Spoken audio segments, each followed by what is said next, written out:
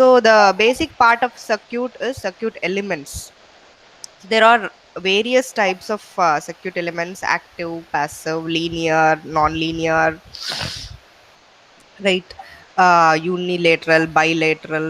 So all these things you can go through it.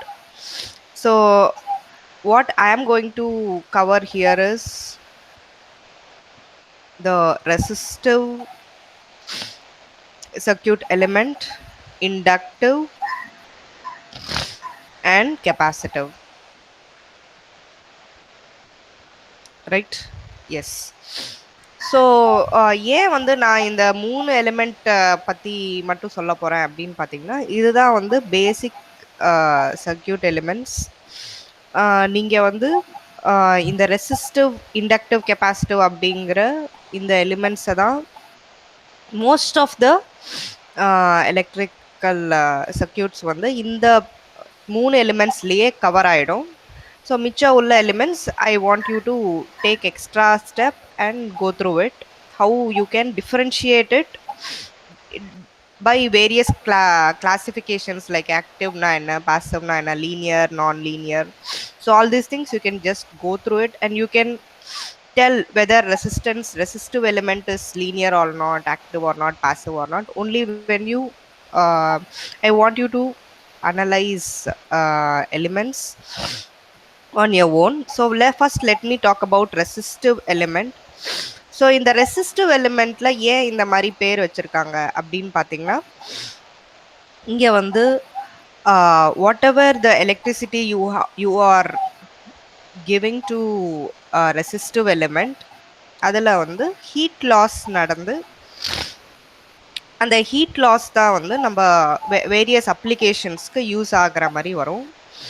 So இந்த heat loss எப்படி வருதுன்னா, இங்கே பாஸ் ஆகக்கூடிய கரண்ட் வந்து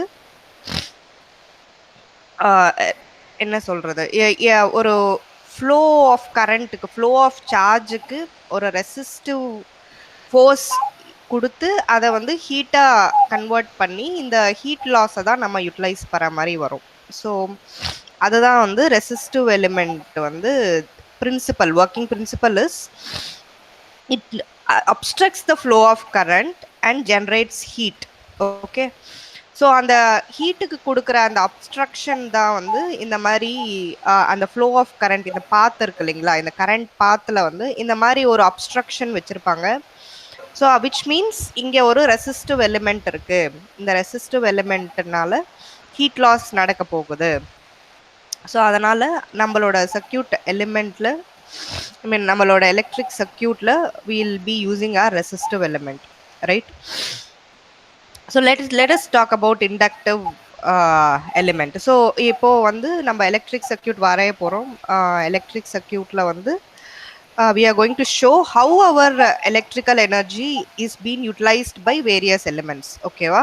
ஸோ அதை நம்ம அனலைஸ் பண்ண போகிறோம். எப்படி எலக்ட்ரிக்கல் எனர்ஜியை வந்து நம்ம யூட்டிலைஸ் பண்ணுறோம், எங்கே கரண்ட் எவ்வளோ போகுது, வோல்டேஜ் ட்ராப் எவ்வளோ இருக்குது, இந்த மாதிரி நிறைய விஷயங்கள் வந்து ஒரு எலக்ட்ரிக் சர்க்யூட்டில் வந்து we'll be learning, we'll be analyzing. For that I am trying to explain you these basic elements, எப்படி நம்ம சர்க்யூட்டில் வந்து கொண்டு வரோம் அப்படிங்கிறது, அதனோட பர்பஸ் என்ன, ஸோ ஏன் இந்த மாதிரி ரெசிஸ்டன்ஸை காமிக்கிறோம் அப்படிங்கிறதுக்கான விஷயத்த நான் உங்களுக்கு சொல்கிறேன்.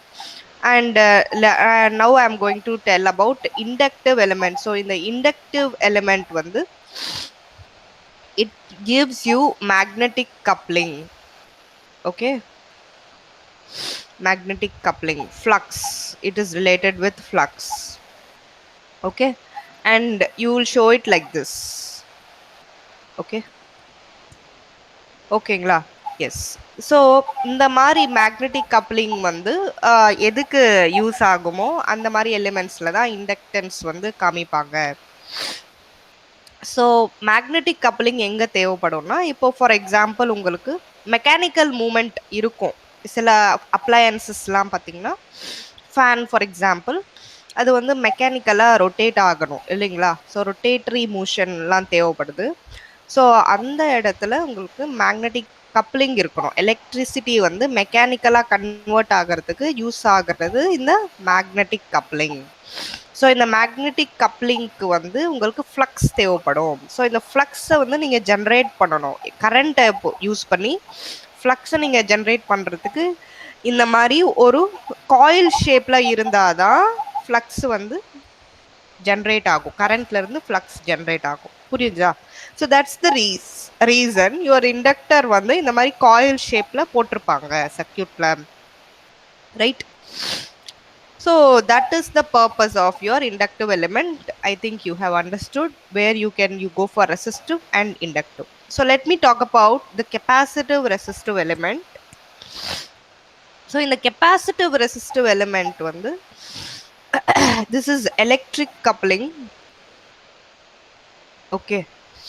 In terms of charge நம்ம பண்றோம். இது வந்து சார்ஜ் வச்சு சார்ஜை வந்து அக்யூமுலேட் பண்றீங்க. ஒரு இடத்துல வந்து சார்ஜ் அக்யூமுலேட் பண்ணி ஓகே நீங்க எலக்ட்ரிக்கலா கப்புள் பண்ணணும் அப்படின்னா நீங்க வந்து கெப்பாசிட்டன்ஸ் வந்து யூஸ் பண்ணுவீங்க. ஸோ இந்த மேக்னெட்டிக் கப்ளிங்க்கும் இந்த எலக்ட்ரிக் கப்ளிங்க்கும் இந்த சார்ஜ் யூஸ் பண்ணி you can what to say, இதுக்கு வந்து ஒரு பெஸ்ட் எக்ஸாம்பிள் என்னன்னு பார்த்தீங்கன்னா இதனோட கவுண்டர் எஃபெக்ட். இப்போ வந்து இண்டக்டன்ஸ் நம்ம யூஸ் பண்றதுனால அதனோட எஃபெக்டை வந்து அப்படியே கவுண்டராக்ட் பண்ணணும் அப்படின்னா இந்த கெப்பாசிட்டன்ஸ் யூஸ் பண்ணுவாங்க. ஃபேன்லயே வந்து கெப்பாசிட்டன்ஸ் யூஸ் பண்ணுவாங்க. ஏன் யூஸ் பண்ணுவாங்க? Why do you use a capacitor? Have you thought about it? So the reason is நீங்க நிறைய ஃப்ளக்ஸ் கொடுக்கும்போது, நிறைய இண்டக்டன்ஸ் நீங்க யூஸ் பண்ணும்போது என்ன ஆகும்னா இதனோட ப்ராப்பர்ட்டி வந்து அதனோட சர்க்கியூட்டோட ப்ராப்பர்ட்டியை ஓவர் கம் பண்ணணும். இது வந்து ரொம்ப டாமினேட்டிங்காக ஆகிடும். இந்த ஃப்ளக்ஸ் போர்ஷன் வந்து ரொம்ப டாமினேட்டிங்காக ஆகிறதுனால நிறைய டிஸ்அட்வான்டேஜ் இருக்குது. ஸோ இந்த ஃப்ளக்ஸ் பார்ட்டை வந்து நம்ம வந்து கொஞ்சம் கவுண்டராக்ட் பண்ணணுன்ற இடத்துல தான் இந்த மாதிரி கெப்பாசிட்டன்ஸ்லாம் யூஸ் பண்ணுவோம், ரைட்? ஃபேன்லேயே வந்து கெப்பாசிட்டன்ஸ் யூஸ் பண்ணுறோம்.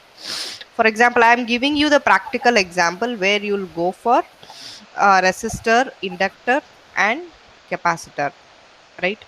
So in detail electrical more in depth வந்து இதனோட அனாலிசிஸ்லாம் நம்ம பார்க்க போறோம். இப்போதைக்கு this is sufficient and you should know how to represent your RLC with respect to the voltage and current, right? So let me solve this problem. Okay, with this problem you will get better understanding of what is power, what is voltage, what is power supplied, what is power absorbed and all. Okay, let me clear up this problem whatever have